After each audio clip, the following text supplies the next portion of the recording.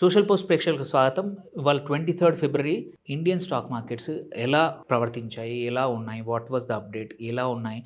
ఏ సెక్టార్‌లో ఏ స్టాక్స్ ఎలా పెర్ఫార్మ్ చేశాయనేది తెలుసుకుందాం. ఎస్పెషల్లీ కన్సిడరింగ్ ఏంటంటే శుక్రవారం రోజు మార్కెట్స్ క్లోజ్ అయ్యాక ట్రంప్ ఈ యొక్క టారిఫ్స్‌ని సుప్రీం కోర్ట్ కొట్టేసింది, అమెరికన్ సుప్రీం కోర్ట్. దాని తర్వాత మళ్ళీ కొద్దిసేపట్లో 10% టారిఫ్ యూనివర్సల్‌గా అన్ని కంట్రీస్‌కి అనౌన్స్ చేశారు. ఆ తర్వాత నెక్స్ట్ డే మార్నింగ్ మళ్ళీ 10-15% చేశారు. ఈ పరిస్థితుల్లో ఇంకొకటేంటంటే గ్లోబల్‌గా కూడా అటు ఇరాన్‌లో ఇంకా సంక్షోభం ముదురుతుంది. యుద్ధ వాతావరణాలటి ఇంకా ఎక్కువగా అవుతుంది. ఈ కన్సర్న్స్‌తో మార్కెట్స్ ఎలా పెర్ఫార్మ్ చేయబోతున్నాయి ఈ వారం మొదట్లో అనేది అందరికీ ఉండింది. బట్ వన్ గుడ్ థింగ్ ఏంటంటే మార్కెట్స్ ఇవాళ పాజిటివ్‌గా స్టార్ట్ అయ్యాయి. అండ్ క్లోజ్ కూడా ఈ వారానికి మార్కెట్స్ క్లోజ్ కూడా పాజిటివ్‌గా క్లోజ్ అయ్యాయి. ఆ లెక్కన చూసుకుంటే 25,713 నిఫ్టీ క్లోజ్ అయింది.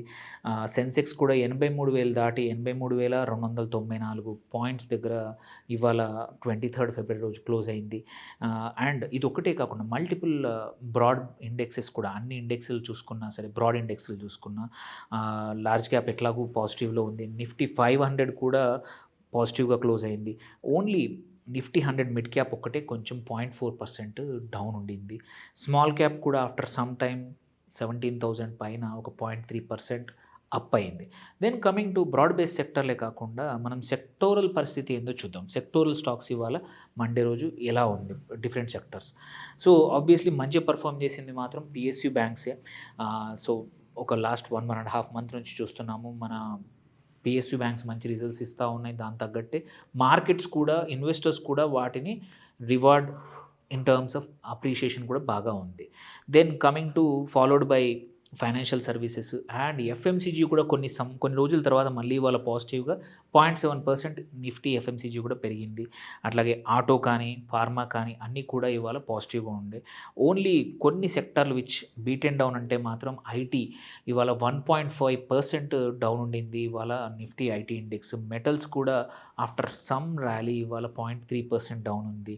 And Nifty media and real estate అనేది మాత్రం ఇవాళ ఫ్లాట్గా ఉన్నాయి. బట్ ఆన్ ద హోల్ మనం చూసుకుంటే కీ స్టాక్స్ లార్జ్ క్యాప్లో ఒక 5 బెస్ట్ పర్ఫార్మర్స్ చూసుకున్నా కానీ పిఎస్యూ స్టాక్స్లో, బ్యాంక్ స్టాక్స్లో ఇండియన్ బ్యాంక్ ఇవాళ నియర్లీ 3.81% పెరిగింది. దాంతోపాటు ICICI Prudential asset management mutual fund company ఇది కూడా ఒక 3.5%, కమిన్స్ ఇండియా కూడా ఒక 3%, దీంతోపాటు సీమెన్స్ అండ్ ఆదాని పోర్ట్స్ కూడా నియర్లీ 3% అనేవి ఇవన్నీ పెరిగాయి ఇవాళ.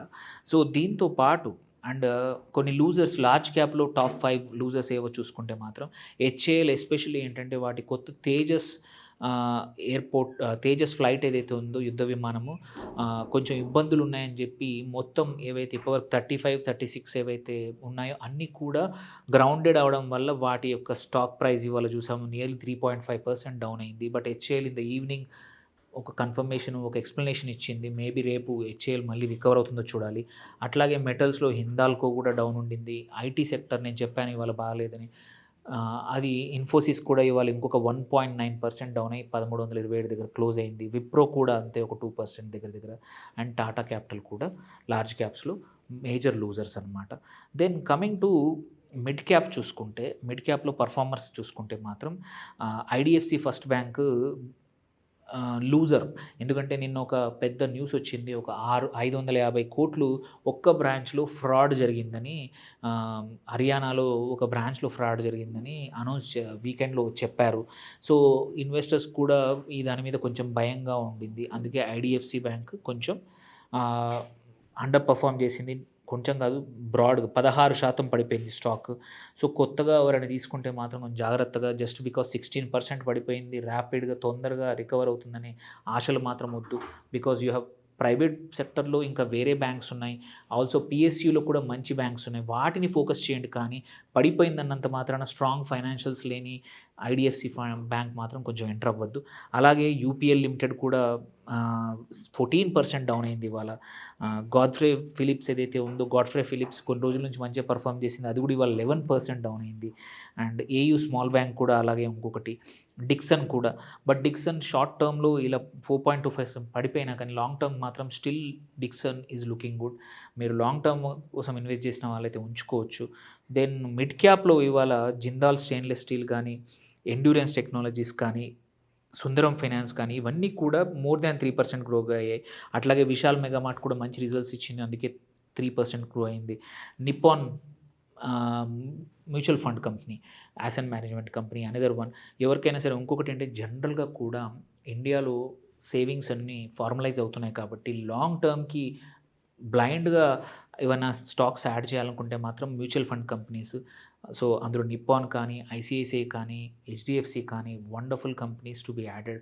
ఒక 8-10% ఆఫ్ పోర్ట్‌ఫోలియో అలొకేట్ చేసినా ధైర్యంగా, ఎందుకంటే ఇవి గోయింగ్ ఫార్వర్డ్ ఇన్వెస్టర్స్ అనేవాళ్ళు ఫార్మలైజ్ అవుతున్నారు. అలాంటప్పుడు మ్యూచువల్ ఫండ్స్ కంపల్సరీ ఇంకా పికప్ అవుతాయి. సో, ఎవరైతే లాంగ్ టర్మ్ ఎట్లాంటి స్టాక్స్ ఉంచుకోవాలి అంటే మాత్రం కంపల్సరీ నేను యాసెట్ మేనేజ్మెంట్ కంపెనీస్ ఈ మూడిట్లలో ఏవైనా సరే ఉంచుకోమంటాను.